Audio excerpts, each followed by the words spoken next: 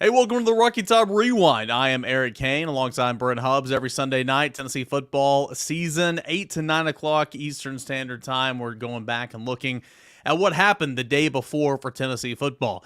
Of course, Tennessee's coming off a 41-20 win over South Carolina. We're going to break down every single angle of that football game over the next hour. Big shout out to our proud sponsors. And that's Spivey King and Spivey LLP. Couldn't do it without our friends Matthew A. Spivey, J. Matt King, Richard A. Spivey. If you got a problem, let them find a solution for you. That's TN Trial Lawyers. Give them a call today for a free consultation. That's 423-245-4185. Spivey King and Spivey LLP.com as well. There's that phone number one time if you have a need for it. And Brent Hubbs, we'll take questions throughout the next hour, and we'll have a lot of fun with it. But overall, Tennessee football, a 41-20 win, just what the doctor ordered in front of a ruckus crowd at Neyland Stadium, now 1-1 in SEC play.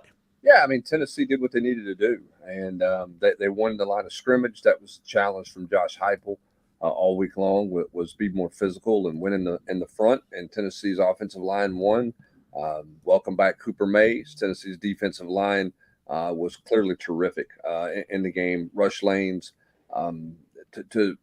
and look, we'll talk about the offense. The offense did some really good things. I don't want to shortchange them at all, but that defensive performance last night was really good. And I know South Carolina's not very good on the offensive line, but Spencer Rattler's run around on everybody and made some plays.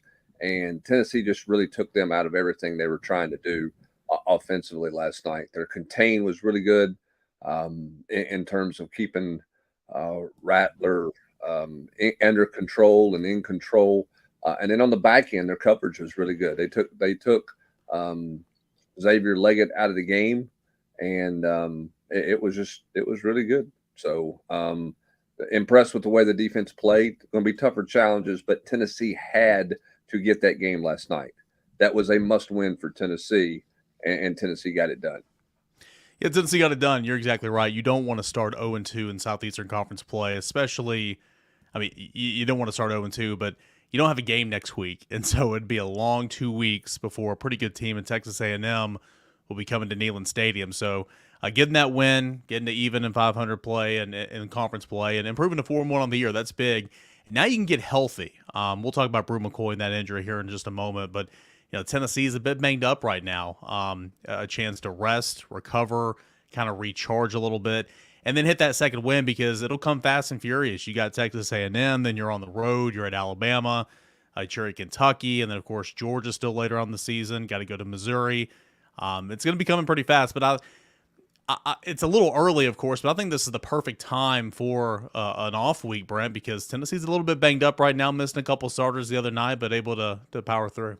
Yeah, I mean, they've got to get healthy in some spots. They've got to get their depth back, certainly on the defensive line or offensive line.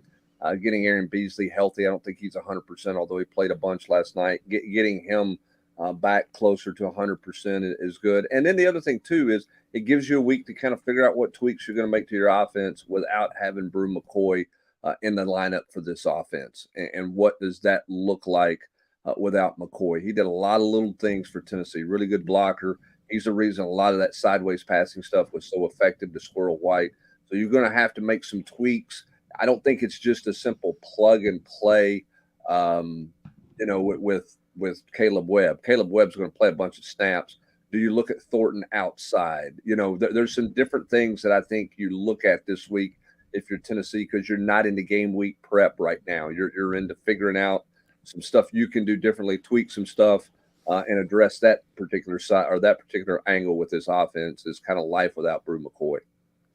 Yeah, let's talk about Bru McCoy real quick. Stingray says, do they know the true diagnosis just yet? And it was Tennessee earlier here on a Sunday afternoon. They kind of sent out a tweet and said, hey, this is what's going on. Trying to get this up here. There we go. It's Bru McCoy underwent successful surgery this morning. This is what Tennessee announced via social media after suffering a fractured dislocation of his right ankle on Saturday night. Bru and his family appreciate all your prayers and support since last night and in the days ahead. So essentially, Brent, I mean, you hate to see anybody get hurt. We talked about it a little bit on the postgame podcast last night. Just a good kid. Really nice kid coming from a good family. He is a pro. He works so hard. And that's him off the field. On the field, he's a good receiver. You said last night he's probably Tennessee's best all-around receiver. I noted his blocking down the field. Tennessee's going to miss him in a big way. And you mentioned some of these young receivers, but not only from a talent perspective, from a leadership perspective, it's going to be a big loss for Bru McCoy not being able to go the rest of the way. Yeah, and I think a lot of people, are asking tonight, okay, we know what it is. He had surgery. Like, what does that mean in terms, not that he's going to play this year. Nobody has that thought, but what does it mean long term? Bru McCoy does have a COVID year available to him if that's something he wants to explore and look at. Does he want to, can he get ready for the combine? Does he want to not risk further injury and just take a shot at the NFL? Would the NFL take a shot at him?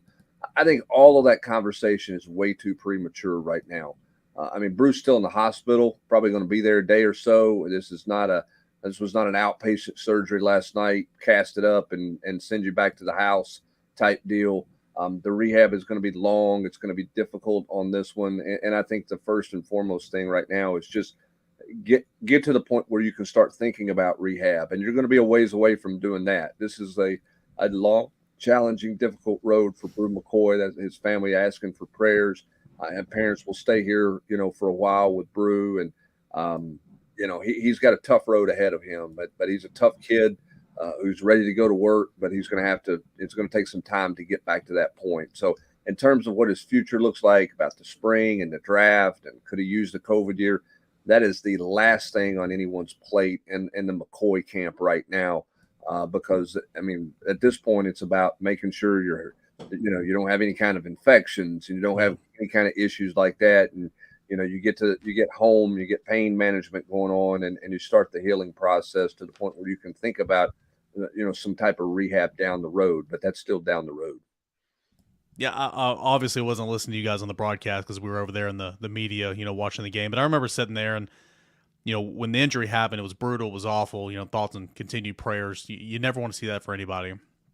But I remember when play resumed, and I was sitting there and I'm like, okay, Tennessee, and it's expected. Your brother, your teammate, you just saw a gruesome injury, and you're hurting. And that drive didn't go well. I think Milton got sacked. Milton airmailed a throw, to Jay Wright on third down. Tennessee's defense came out there. It looked like defense, offense, just kind of in a funk. And that's expected, but then everything that turned the tide, it was that pick six. What Shane Beamer was doing on 3rd and 23, I'm not sure, throwing the football, but it was James Pierce forcing that errant throat, sailed. Kamal Haddon was given tons of cushion because, again, it was 3rd and 22, right to him, 28-yard interception return for a touchdown. Instead of going into the halftime break trailing 17-10, South Carolina now trailed 24-10. It was a turning point in the game, and that sequence kind of got Tennessee to snap out of it a little bit and say, okay, that's awful, but we still have a football game to move forward, and you got to go play football. Yeah, it got you to the locker room with a more comfortable lead, and you got into the locker room, and you got a chance to catch your breath and kind of let your emotions go if that's what you needed to do in the locker room.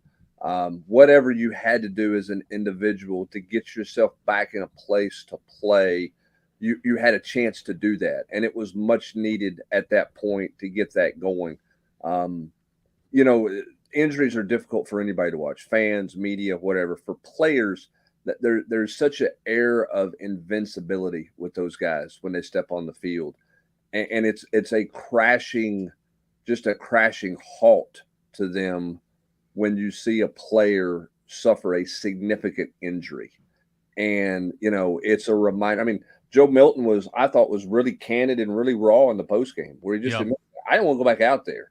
Mm-hmm. But because it's that reality of what could happen and an injury that could happen. And that's hard, that's one of those deals where it never crosses your mind until it happens to somebody.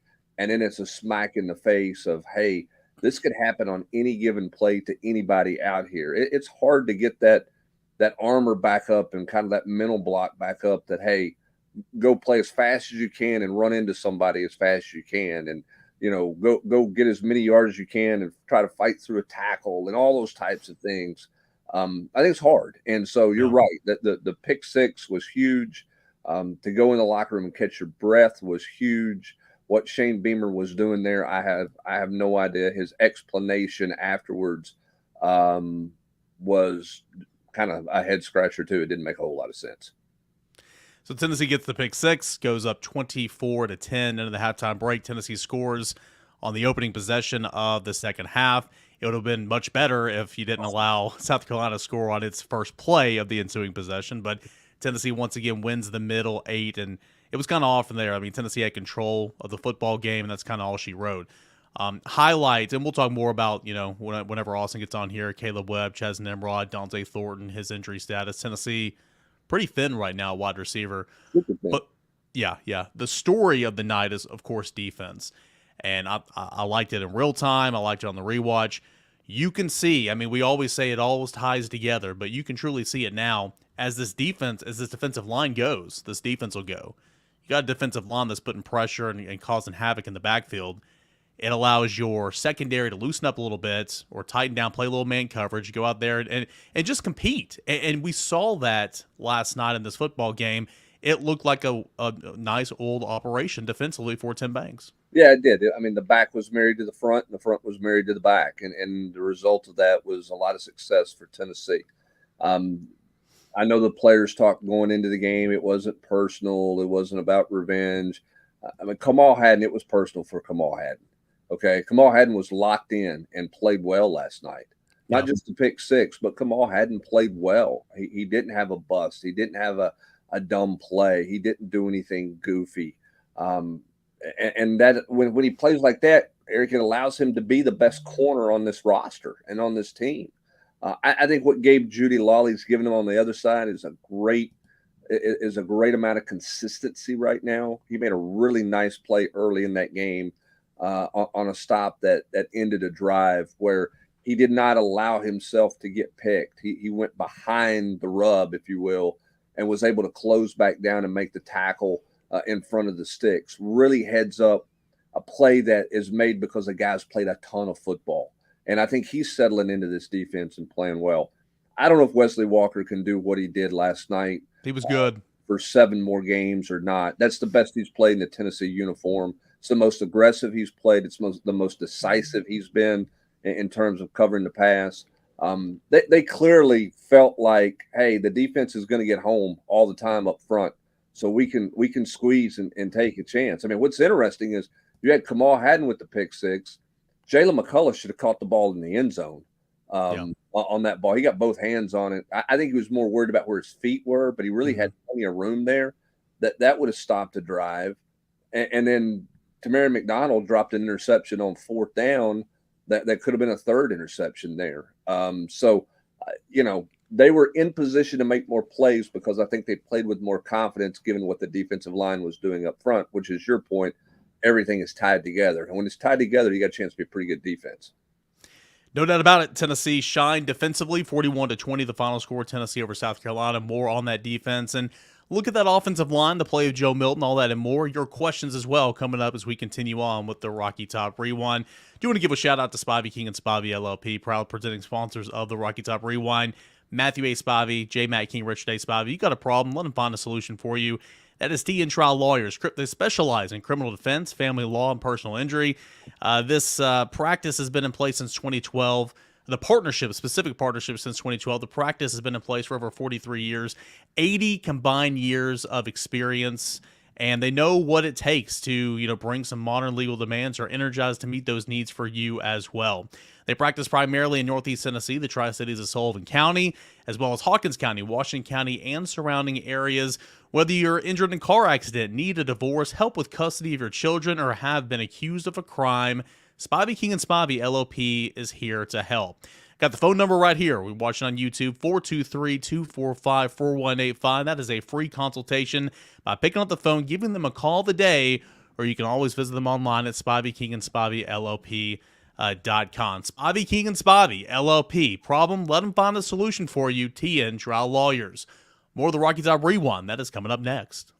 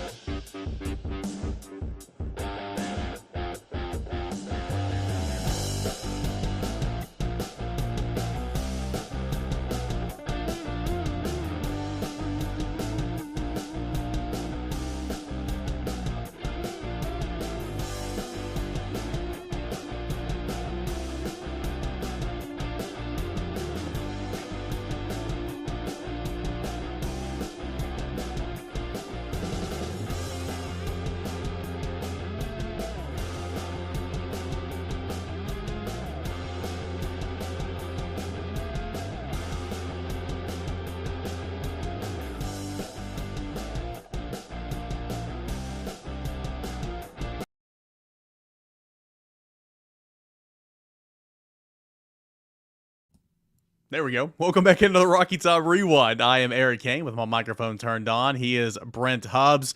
I appreciate you guys for being here. We're going to be on the air live here on the Volquest YouTube channel until 9 o'clock. So hit that like button, subscribe to the channel if you haven't already. And of course, we are going to take your questions, and we'll go ahead and start with some of your questions right here. We'll talk Cooper Mays in a moment, but Rick wants to know about some injury situations up front, Brent, with Jeremiah Crawford and Andre Carrick. Carrick was in street clothes. Crawford dressed out, but looked like he was only going to be available in case of an emergency yesterday. Yeah, Crawford just banged up. I think he'll be fine. The open date comes at a good time for him. I think he'll heal up a bit and will be available with Mincy there. I wonder if they keep, kind of rotating those guys to keep them at their best. I think both of them are used to rotating in games. I thought Mincy was solid yesterday. Did a good job. There's obviously better challenges ahead, but his athletic ability shows up. And I don't think J.J. Crawford's been playing very well. In some ways, it might have been good for him not to play and just catch his breath a little bit and sort of reset, because I think the last couple of weeks have been tough for him. Andre Carrick's a really interesting, bizarre deal. Tennessee does more than a walkthrough on Friday.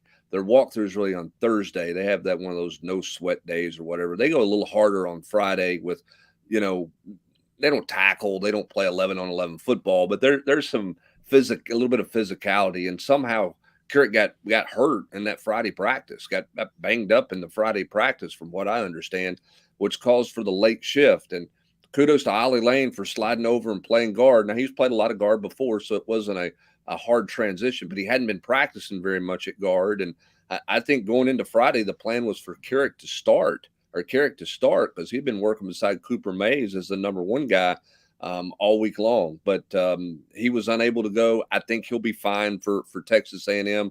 It was kind of a fluky thing on Friday. That's not anything long-term. I think he should be back and good to go. But you got to look at that situation, and you have maybe your best collection of 5 offensive linemen out there. That does not mean that Andre Carrick's not going to play. Right. That does not mean that J.J. Crawford's not going to play. I mean, they've been rotating offensive linemen all year long. Last year, you rotated Gerald Mincy and J.J. Crawford literally every single game all year long. But you might have that best group of 5 in what we saw the other day. And a lot of that has to do with getting your guy back. Cooper Mays in there at center, the tempo, the operation. And the first half, again, it looked really good. And I know Tennessee had a lead in the second half. They slowed some things down a little bit. I wish they'd keep going. But, once you get that first down, you're going. That tempo looked good. And Cooper Mays getting back, that is huge for not only this offensive line, but for this football team, having one of your best players back. Yeah, no doubt. And hats off to Cooper. He was not in football shape, but he gutted it out and played well in the rewatch. I thought, even though he was winded, and maybe that's why they slowed it down a little bit to help him out, I thought he was good the second half. I thought he was solid in the second half. I thought he got off to a great start with a couple of early blocks with some runs up the middle. They obviously creased that one on the touchdown run with a good combo block that he had with Ollie Lane there. But the tempo set that play up too. If you go back and watch it, South Carolina's defensive tackle was not in a stance. He was not down yet. Tennessee's pace of play was really getting them going there. And you just felt like everybody on the whole entire offense felt more comfortable when they saw Cooper Mays go out there. It just felt right. And that's not a knock on Ollie Lane. I think Ollie Lane did the best he could do. Yeah. But he's not Cooper Mays at center. He doesn't know the nuances of that position. He's got a million things in his head he's trying to do and remember. And I think that's a hard transition to make in a matter of 3 or 4 weeks to go into the first game and to try to do that. So Ollie Lane might have been the happiest guy in the world last night because he got to start, play every snap, and he's playing beside his buddy Cooper Mays, and he's not the guy running the center position. It does feel like that's their best 5 that played last night. And I'm not saying that because they had a big game, Eric. I think when you look at the big picture of where this offensive line is, I don't think there's a big difference between Andre Carrick and Ollie Lane from a talent standpoint. And I think Ollie Lane, I think his experience in this offense gives him an upper hand. I think he's better in this offense right now than Andre Carrick is. And so to me, that would be my 5 I would roll out with at this point. We'll see if that's what they elect to do, but I think it's their best 5. And let's remember, the first or I guess it'd be the second week of camp, whenever Cooper was out. I mean, Ollie moved to center essentially because they had to get somebody that could get a snap back there. I mean, you're playing center. You got so many different things you got to worry about. The count starts with you. You're calling out protections, all this type of stuff. You're playing a new position for Ollie Lane that he's never played really before, and you got to snap the football. There's just a lot going on. And so even though Ollie Lane hadn't practiced a guard in 7 or 8 weeks, that's home for him. He's started, played a lot of snaps, played a lot of games at guard in this offense, in this league. And so I would agree with you. I think from a experience standpoint and from just a knowledge and an expectation, knowing what to expect in this offense, that would kind of give him the edge. So, we'll see moving forward. We'll go here to Sam Smith. I wanted to know about D. Williams. Austin kind of mentioned this on the podcast last night. We'll have to kind of dust it off and get it ready for the press conference on Wednesday. But with the injuries at wide receiver, I mean, why not? Because I think you, in your 10 things you think you learned, he's getting 1 to 2 touches maybe a game. What's it going to hurt to throw him over there in the slot, at least in practice, and see what you got, because you're down a couple wide receivers? Well, I don't think he ever would play 25 or 30 snaps of offense, but if he played 6 to 10, I mean, could he beat Javonte Payton from year one? I mean, Javonte Payton caught one ball to start the game and then just kind of disappeared after that, right? So could you put in something to help create some stuff? Could you throw him a little screen out there, run a jet sweep with him? We saw that jet sweep to Squirrel White, last night. Could you have something like that in for him to see what he can do? He's just dynamic with the ball in his hands and open space. Could you get him in open space? Now, here's the thing he would have to learn. I mean, you can't reverse field and give up 10 yards and try to play backyard football on every play. Sometimes you just got to tuck it down and go. But I think he's shown the ability to do that on punt returns, right? I mean, I think he's a north and south guy. How many punt returns has he had this year where he's lost yardage by trying to do something crazy? I don't remember any, right? Yeah. So to me, you got an open date here. You're trying to create some things and look at some different things offensively. Why not toy with it and see what you could possibly get out of it? Because you are thin at receiver, okay? I mean, I think Chaz Nimrod's going to become your backup slot, and maybe you slide Dante Thornton out wide if he can get well. I know that was one of the questions earlier in the chat, so we'll answer that one. He's got to get healthy first, and we'll see. He's been bothered by the hamstring since spring. It flared up again in the summer. He got well. It's flared back up. How long is that going to shut him down? And then obviously he's got to play better than he's played to this point. Is he better outside than he is in the slot? I don't know. We're getting ready to find out, because I think you have to take a look at him outside now for sure. And Nimrod could be more of your slot guy, because I think that's where he's more comfortable as opposed to being an outside guy. It was coming into the season, we heard so much. We heard so much about Dante Thornton. And again, the guy, he's still talented. Just a couple games in the new system. I mean, we'll see what he turns into, but he's long, he's explosive, he's fast. Everything's kind of there. But we heard so much, we talked so much about Dante Thornton.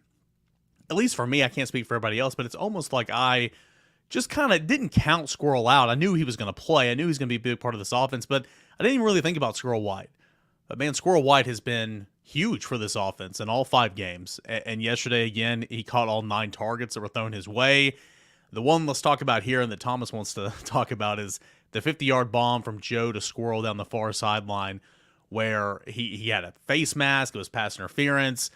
We asked him in the media session after the game, like, how did you catch that? And he said, I don't know. I don't know how I caught that. He caught it. Tony Vitello was getting jacked up, pumped up behind him. It was a huge moment. Jabari Small pumps it into the end zone 2 or 3 plays later. Squirrel White has been huge for Tennessee, and with these injuries, he'll continue to be kind of the focal point of the offense. Yeah, and my thing with Squirrel was, and I've said this publicly on podcasts and where else, I just wondered if he could hold up all season long. He's not very big, and to get the volume of touches he's getting right now to stay healthy is a credit to Squirrel White. By the way, how the official doesn't throw the flag on that, they're just not going to call that pass interference, is absolutely insane on that one. I do think Squirrel White's leg helped him catch the ball. I think he almost kind of kicked it up to himself a little bit. But it was an incredible catch, and it was at a huge moment in the football game. Tennessee's behind at that point. You kind of forget they've trailed in the football game. You're just kind of like, yeah, they had control. They won the game, just kind of rode it out in the second half. They were behind and didn't have a ton of momentum right there. And to have one of those momentum plays was huge for the crowd. It was huge for the offense. They capitalized on it. Just an unbelievable catch. And I think what Squirrel White's doing is he's showing versatility. Now, he's a little bit hard to throw some of the balls to across the middle because he's not real tall. Yeah. But he's shown the ability to get open across the middle. He's got the screen game going. He's shown a vertical game going right now. He's done a really nice job and is quickly becoming a guy that I think Joe Milton is very, very comfortable with in this offense. South Carolina held a brief lead in this football game. It lasted all of 1 minute and 23 seconds. That 50-yard play or pass from Joe Milton to Squirrel White down the sideline set up that Jabari Small touchdown run from 2 yards out. Tennessee scored 24 straight before South Carolina answered, and of course Tennessee eventually won 41-20. But a big turning point, exactly. That was a defining moment. I'm sure that was one of your defining moments in the day after this morning for sure.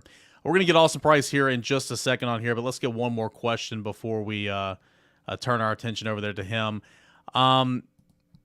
Maybe we can ask Austin this as well. What's the team ceiling now, 5 games in? Peely, can he come back for Georgia? Potentially, we'll see, but that's always been a late season November type situation. But I kind of wrote in my big 3, this team is not, I'm not saying this team is college football bound. I'm not saying this team is going to Atlanta, but like we know more about this team than we did, last week or the week before.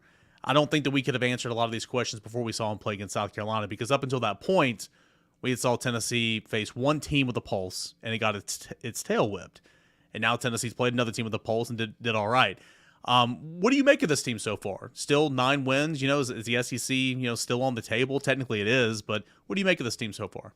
Yeah, I mean, what I make of it is they blew a game against Florida, where they just didn't play well. They didn't play well in the defensive front. They didn't play well in the secondary. They didn't tie it together. I don't know that it was the greatest defensive plan. They fell asleep for a quarter of football in the second quarter, and the game got away from them.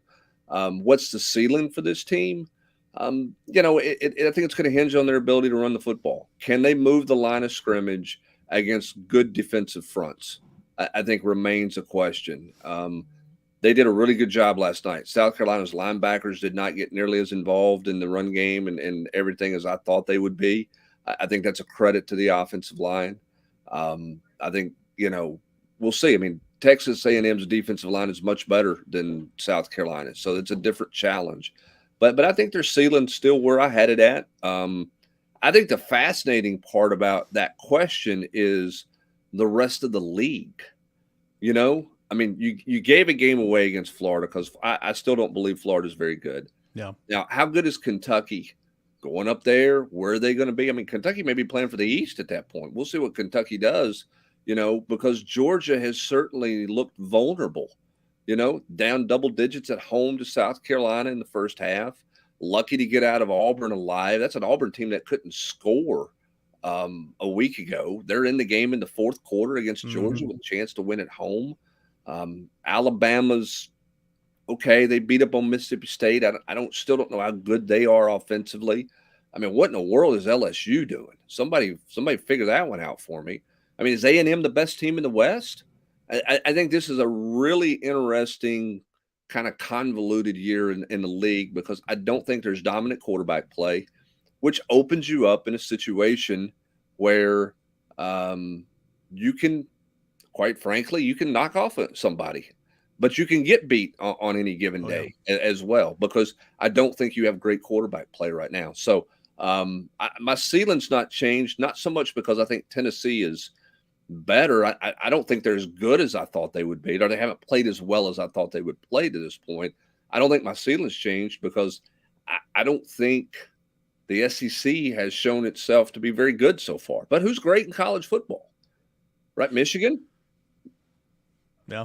Okay. I mean, I guess Michigan is kind of where your number one team is right now. Texas, Texas is good. It's an interesting year across the board, but it's a really interesting year in the SEC. No doubt about it. We'll ask Austin Price here in just 1 second what Tennessee's ceiling is through 5 games for him. But first, I want to give a quick shout out to a proud sponsor of our show, Volquest Podcast, Rocky Top Rewind. That is Game Time. You shouldn't have to worry about when you're buying tickets to your next big event. Game Time is fast, easy way to buy tickets to all your sports, music, comedy, theater events near you with killer last-minute deals, all-in prices, views from your seats, their best price guarantee. Game Time takes the guesswork out of buying tickets for you. you can see your seats before you purchase them. They're going to show you those seats, and plus they've got your back with event cancellation, job loss protection, all that type of stuff as well. Plus, they have a system here to where if you find a cheaper price in the same section that they have it sold here on Game Time, they're going to credit you 110% of that ticket. Not a bad deal whatsoever. You can find it over at Game Time. Game Time's got the deals, the tickets right up to the start of the event, even an hour after it started. It is the place to find last-minute seats. Exclusive flash deals happening at Game Time right now. I encourage you to download the Game Time app, create an account, use the promo code VOLS, that's VOLS, for $20 off your first purchase. Terms apply. Again, create an account, redeem code VOLS, VOLS, for $20 off. Download Game Time today. Last minute tickets, lowest price guaranteed. We'll have Austin Price on when we return here on the Rocky Top Rewind as we continue to look back at Tennessee's 41-20 win over South Carolina.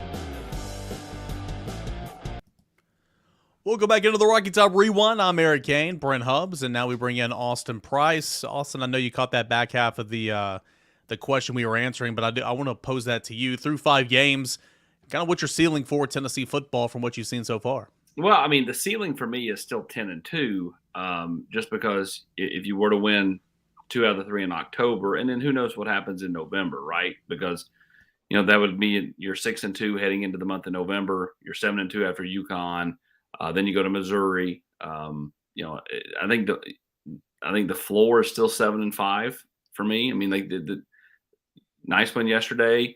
It's a huge jolt in the arm heading into 2 weeks for Texas A&M. But how does the month of October play out? You lose that game to Texas A&M, and then you go on the road to Alabama, on the road to Kentucky. And I know, Tennessee owns Kentucky, right? Much the way that kind of Florida owns Tennessee, but occasionally there is that hiccup, and, Kentucky's, to this point, shown that they can move the ball at the line of scrimmage. Now, who have they played, right? I mean, they've beat everybody in front of them. That's great. They beat a Florida team that Tennessee got beat by 13 points, and did it in impressive fashion. But, I'm with Hubbs. Like the Florida loss, I think, more than anything, could stick out worse and worse as the year goes along. And when Florida plays South Carolina, I think that could be for a bowl game. Loser doesn't go to a bowl, winner does. A lot of interesting matchups, but I think, there's still the month of October to kind of filter through before you kind of really know what Tennessee truly is. And I think it all starts in 2 weeks against A&M. Thomas brings up a really good point. Looking like the secondary played well yesterday. Again, it's all kind of tied in, but Brent, another game with 10+ missed tackles. I think they missed more tackles maybe in the first quarter, at least I felt like on the rewatch, than they did in the second half. But Tennessee continues to miss some tackles. I thought it looked a little bit better, though, than the week before. Yeah, but here's where they missed tackles at. All right. So you got James Pierce missed 1. McCullough missed 2, and I think those were near the line of scrimmage. Joseph missed 1. Roman Harrison missed 1. Judy Lally missed 1. Elijah missed 2. Not in the back end. Missed 1. I mean, my point of those is those were close to the line of scrimmage. You didn't have that open field miss that turned into a huge play, right? I mean, the backside screen that they got for 40 yards was a really good call. That was a great call. Sometimes you get caught, right? Yeah. Sometimes they get you. Just like Joe got on the first interception. It happens sometimes. Now the long touchdown run, that's a defense not ready to play to start the second half. And that one is really disappointing. Because you're just not ready to go right there. You hit a bad run fit, and You didn't execute a call the right way on that one. And they've got to eliminate those. I thought the tackling didn't look as bad, Austin, in this game because I thought Tennessee as a defense rallied to the ball better in this game than we've seen the last couple of games in terms of, and if you missed a tackle, there was somebody there to finish it off for you. So the missed tackle didn't feel as bad as some of the other missed tackles have felt like the last couple of weeks. Yeah, that's right. Again, I thought Tennessee on the across the board played pretty well as far as complimentary football. When there was a miss, somebody was there to clean it up. When the offense messed up, the defense cleaned up, or vice versa. I thought that they played really good team football, and it all starts defensively where they, have struggled to get off the field. They were able to get off the field yesterday. What was there, 2 fourth downs, I believe, where South Carolina failed.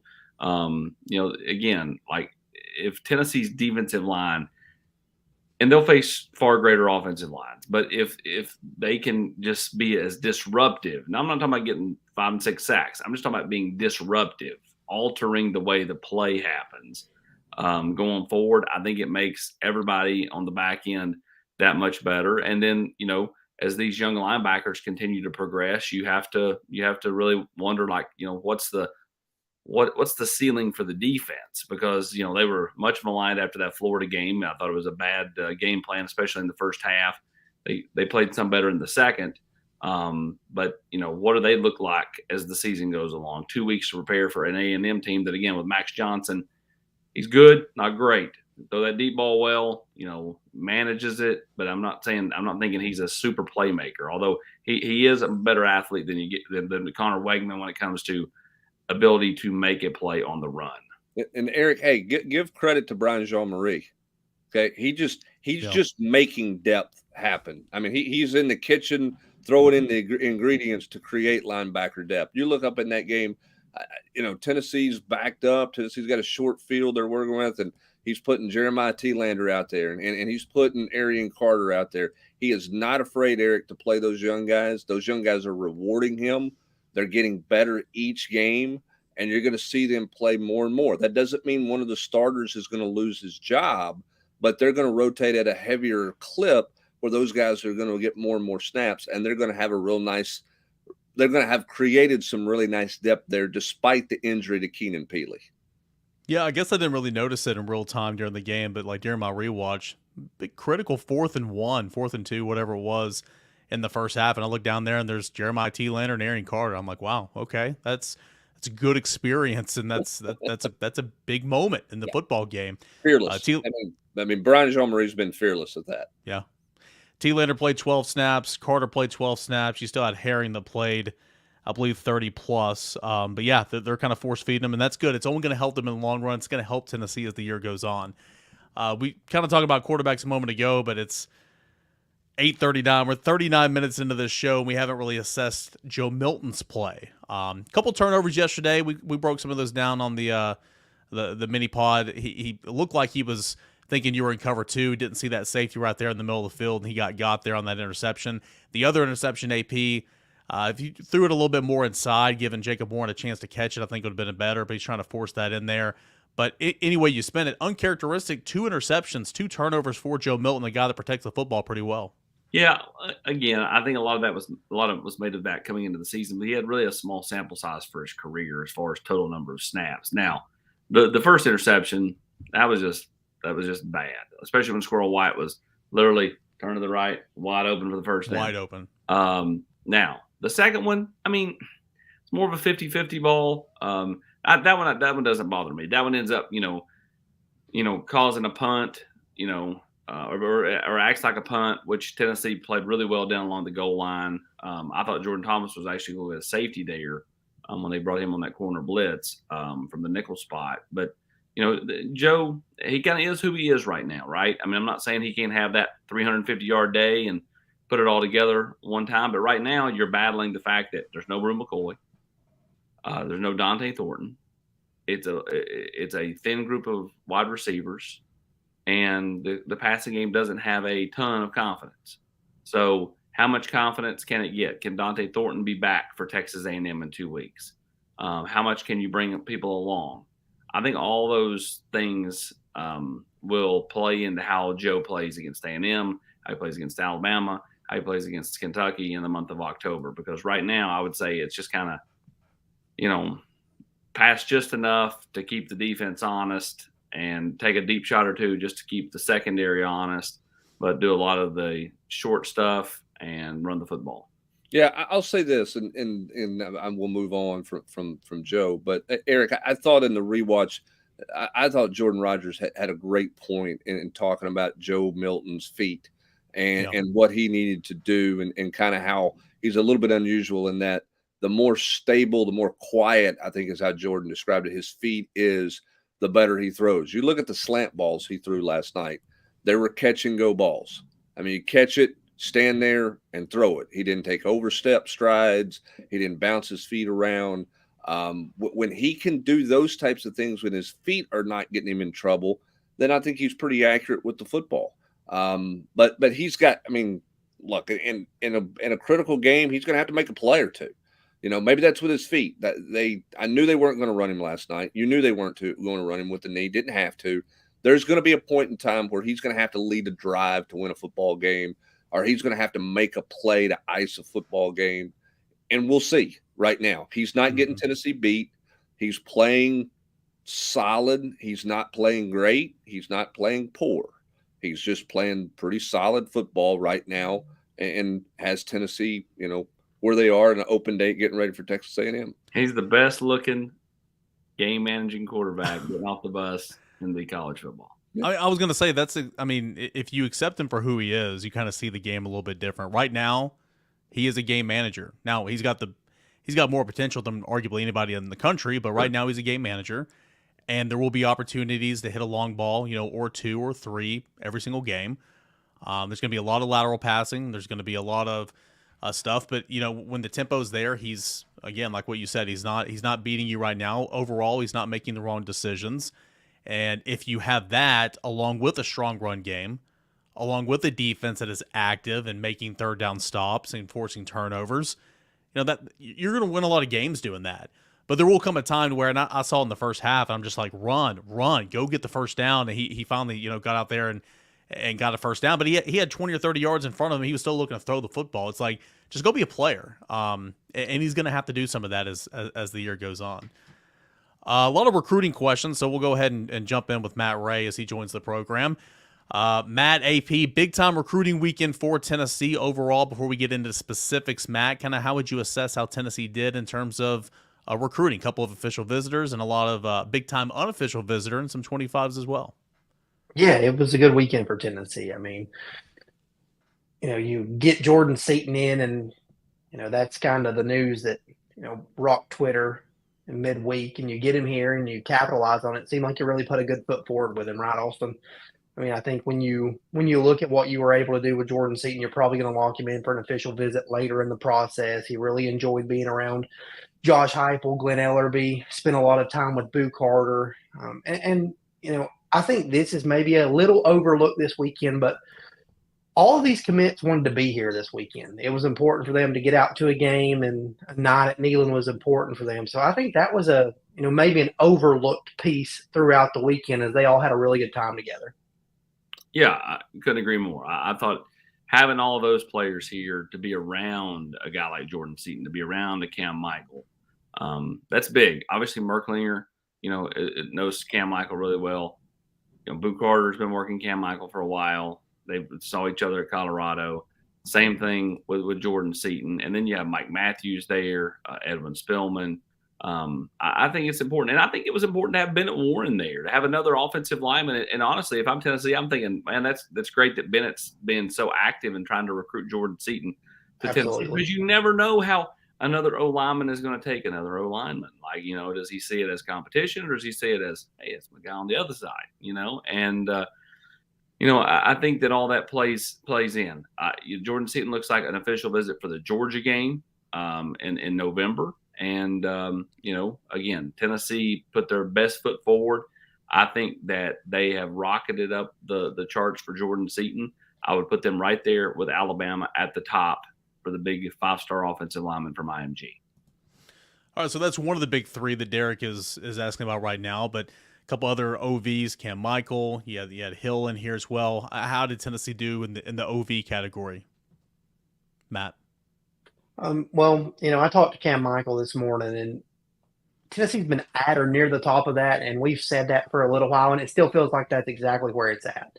He's going to take a trip to Texas A&M next weekend, and to me, that's the one you have to survive.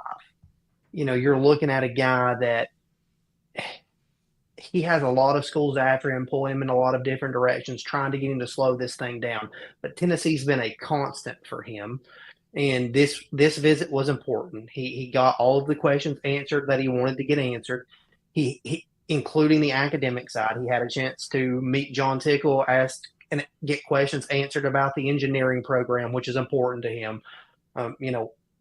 Says he's going to make it to Kentucky at the end of the month. We'll see if that happens. I mean, for me, I wouldn't rule it out. He's been very diligent in this process. Georgia's tried to get him to push the timeline at certain points. Other schools have tried to, get him to change the direction and the way that he thinks. But Cam just moves at his own pace. So, I wouldn't rule out that Kentucky visit, but we'll see if it happens.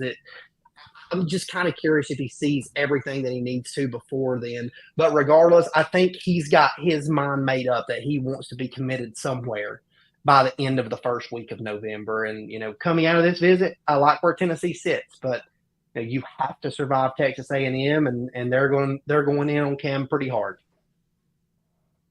What do you think about where they are with Daniel Hill? What was the story on that visit? That one seemed much more, I guess, feels like that one's a long shot, even compared to, Seton felt better because it was an unofficial match. You had a chance to get him back for an official. This was your one shot at Daniel Hill. How much ground could they realistically make up there? Yeah, it's been a struggle dating back to January to get Daniel Hill to campus, right? I mean, coming in January, it didn't happen. Coming in March, didn't happen.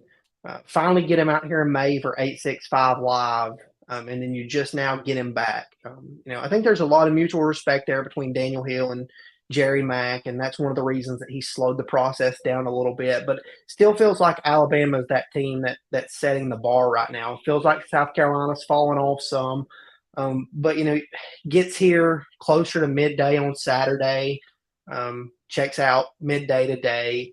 It's hard to make up a lot of ground when he hasn't been here as much. Alabama's closer to home. He's been there numerous times. I mean, it still continues to feel like a long shot right now. Yeah, I mean, to me it does too, but we'll see what happens. All kinds of crazy things happen. And there's a lot of comments over in the sidebar about, kudos to Boo Carter for, being a peer recruiter and all those things. How big was it to just get Boo Carter himself back on campus? He had the Colorado visits, kind of stirred all those things up and got that going. How big was it, not for him to necessarily help recruit, which he obviously is doing, but just to have him back around a bunch of other committed players? How important do you think that was for Tennessee and Boo Carter, specifically for him?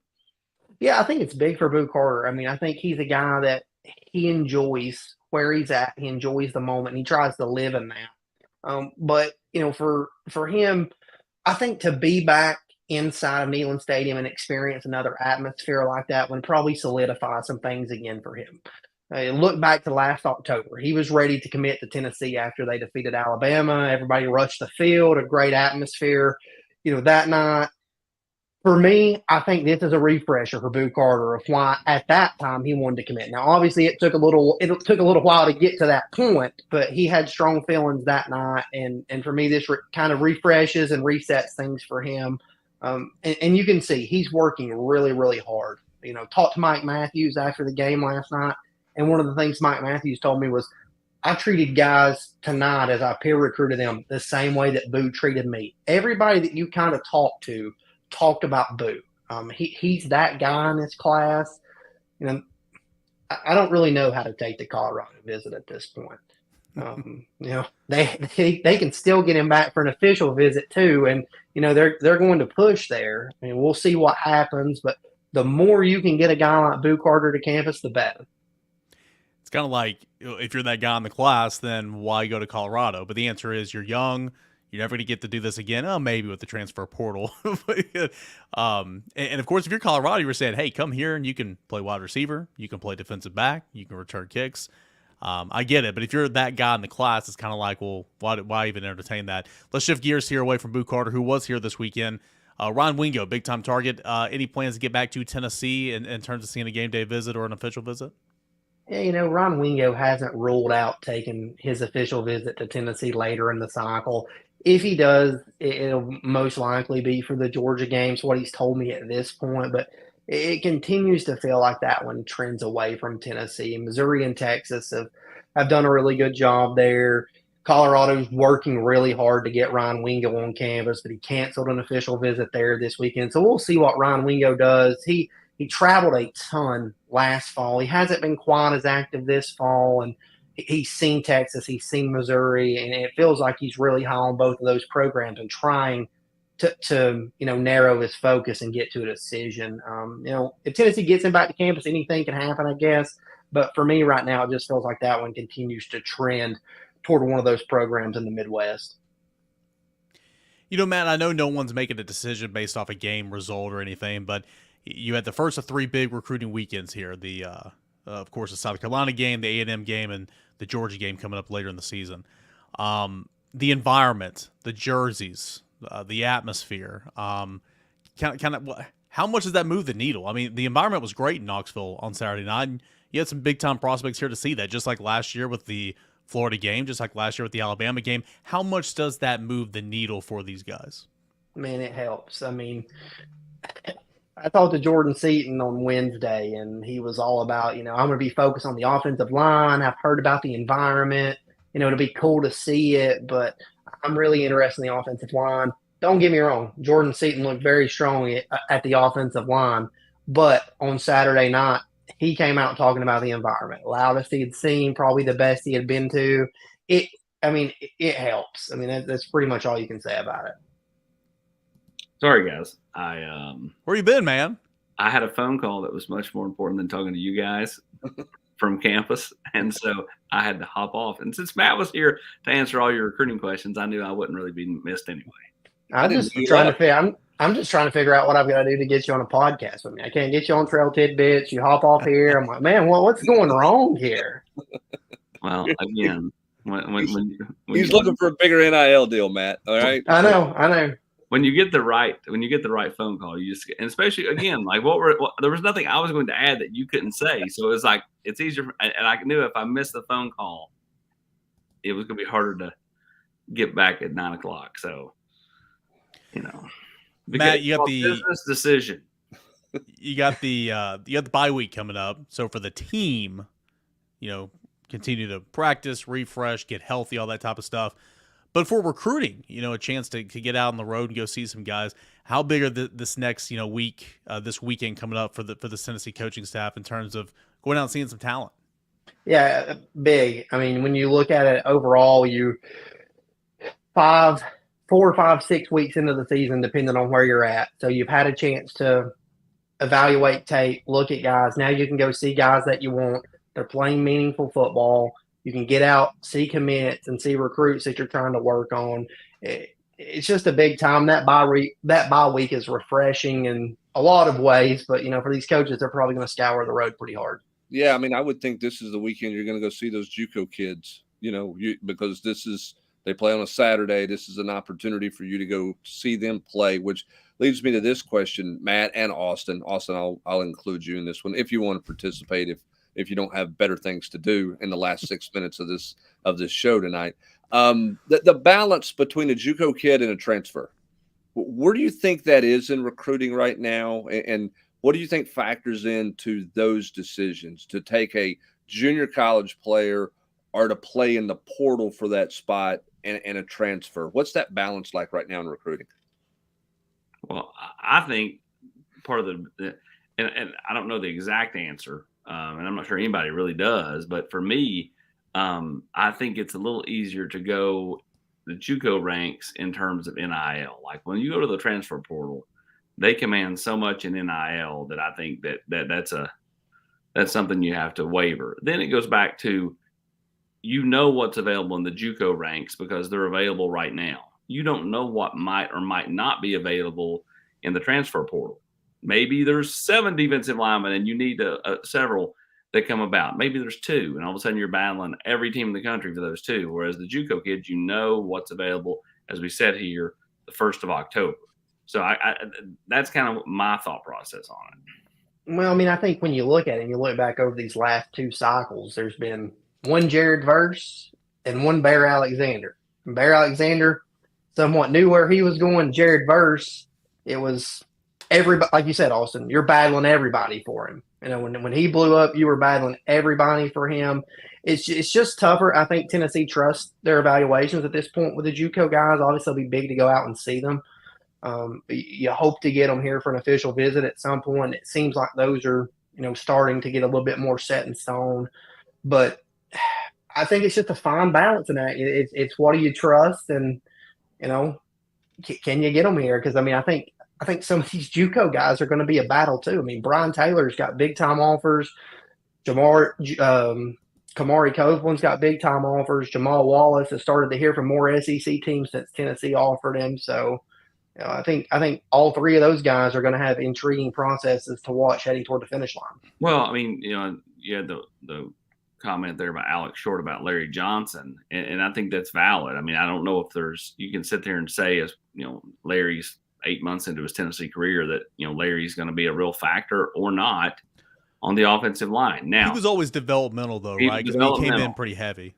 Correct, but then you also got a guy like Byron Young who goes, from Georgia Military, who ends up, he's having a really nice, rookie campaign with the Rams and was really good here. So I think anytime you go prep school, military academies, JUCOs, Hubbard, there's always a risk, and there's a risk period, right? But to me, the risk is greater when you go that route, unless you're getting a Cam Newton, Alvin Kamara type that had to go JUCO, but that no one does that anymore because in fact you can transfer from Power 5 to Power 5. Yeah, and listen, I've covered a lot more recruiting pre transfer portal than I have post transfer portal, and I will say this in the history: junior college offensive linemen typically aren't hits, okay, because it's a developmental position. Not many of those guys pan out very often to be really good players. Defensive linemen are different. It's a different position. It's an easier transition. There's a lot of positions where guys have come in from the junior college ranks have been successful. I would say of all those, offensive line is probably the least hit percentage compared to other positions out there. And that's just the way it's always been, portal or non-portal. But again, I think it's interesting because, Austin, you bring up a good point. You know what's available. The question is there going to be something better available that you can get who's proven at the level that you're looking for in college football and not? It's an interesting balancing act, is my point. I think it's kind of fascinating to watch this fall. Yeah, I think that the sure thing is to go JUCO, right? Because that you'll get a body you like. But the higher ceiling is to wait. In my opinion, the higher ceiling is to wait on the portal kids to see what's available, see what's not, and maybe you end up going to the JUCO ranks after the December signing period if there's anything available then. I think there's some, you're right. The best word is fascinating, because I don't know if there's a right or wrong, but at the same time, it's something you have to monitor. Couple of these rapid fires, we head out the door. Why did Tennessee drop a spot in the AP poll? No clue. Went up a spot in the coaches poll, but dropped a spot in the AP poll. John Campbell, does he have a year left? He does, but the plan as of now is to go to the NFL. No timeline for Keenan Peely, right? Still November, late season, correct, yeah, Brent? I mean, he tore his triceps over, and yeah, I mean, if he's coming back, it's going to be Georgia game or later. Yeah. Okay, and then I do want to end on this one, and I don't want to make a big fuss about it, but I do want to ask you guys your comments on this. I mean, he was frustrated after the game. It is what it is. He just lost. What did you think about Spencer Rattler saying this was Tennessee's Super Bowl, Brent? Oh, I thought it was, it was a pointless comment. I mean, I don't look. They were frustrated at the end of the night. much the same way Tennessee was frustrated when they walked off the field over there last year. Tennessee jawed with them pretty good at the end of the game, leaving. I mean, John Campbell was in the middle of the South Carolina team as the clock hit 0. You had you had stuffed animal gate, where I don't know what you're playing keep away, or I mean, it was like a preschool game, like throw it back and forth to your buddy to keep it away from Spragging. So, look, everybody was frustrated. It was a great environment. I think Spencer Rattler was trying to say it was a great environment, but then couldn't just leave it at that and had to go into, him thinking that this was the Super Bowl. I got news for him. This was a revenge game, but South Carolina's visit to Neyland Stadium was not the Super Bowl for ball fans. Florida, Georgia, Alabama, Kentucky, Vanderbilt. 5 games right there that mean more than before you even start thinking about South Carolina, Austin. I would put South Carolina over Vanderbilt. Agreed. But I mean, like, you got, our fathers and grandfathers, Vanderbilt's a big deal. Yeah, no, I mean, they've won one time. Santa Claus came in from Indiana and beat Tennessee. What was the quarterback's name that busted in the NFL? He was from Santa Claus, Indiana. I don't remember the quarterback that beat Tennessee that year. Color? Yeah, Jake was who came in and beat that. I mean, Vanderbilt's, trust me, Tennessee fans want to beat South Carolina. They're more concerned about putting a whipping on South Carolina than they are the assumed win over Vanderbilt at this point. But to your point, Kentucky, Georgia, Alabama, Florida, certainly more significant than South Carolina is. Out the door, we do appreciate the super chats. Let's answer this one. Why no slant passes this year? The one to Keaton was beautiful. Milton can hit those. Brent, you made a point to say Joe Milton looked really good throwing the slants last night, better than he has all year long. They've been throwing them. He looked really good doing it last night. Yeah, he's missed 2 for touchdowns earlier in the year. So they've thrown them. There was some stuff South Carolina was running and that opened up in the middle for Tennessee because South Carolina was trying to stop the run. And as a result, they were there, and Joe Milton threw that ball well last night. That was the best ball he threw. Best pattern, I guess, best route he threw last night was a slant. You know what I think about when I see Matt? I'm thinking pan-seared ribeye because I just saw that screen name pop up on there on the super chat. I think about the Smoky Mountain Gun Show at Chilhowie Park. It's an RK Gun Show presentation. I mean, look at him. He's not ready to flex. I mean, look at him. I had to go change shirts before I came on here because you were wearing the dang Volquest t-shirt, and everywhere I go, I'm matching you nowadays. So I can't even lounge around anymore. The Copper Basin Gun Show. That's it, man. Sell the tickets. All right, everybody. We appreciate you being here, staying with us here until the very end on the Rocky Top Rewind, presented as always by Spivey King and Spivey LLP. You got a problem, let them find a solution for you, TN Trial Lawyers. Give them a call today for a free consultation. That's Spivey King and Spivey LLP, 423-245-4185. It is the bye week, but there's no bye week at Volquest.com. Tons of recruiting coverage, tons of stuff throughout the week on where Tennessee is at this point in the season. We'll go ahead and look ahead at A&M. We'll have podcasts, stock reports, all that and more. That is at Volquest.com. For Matt Ray, Austin Price, Brent Hubbs, I am Eric Kane. Thank you as always for joining us here on the Rocky Top Rewind.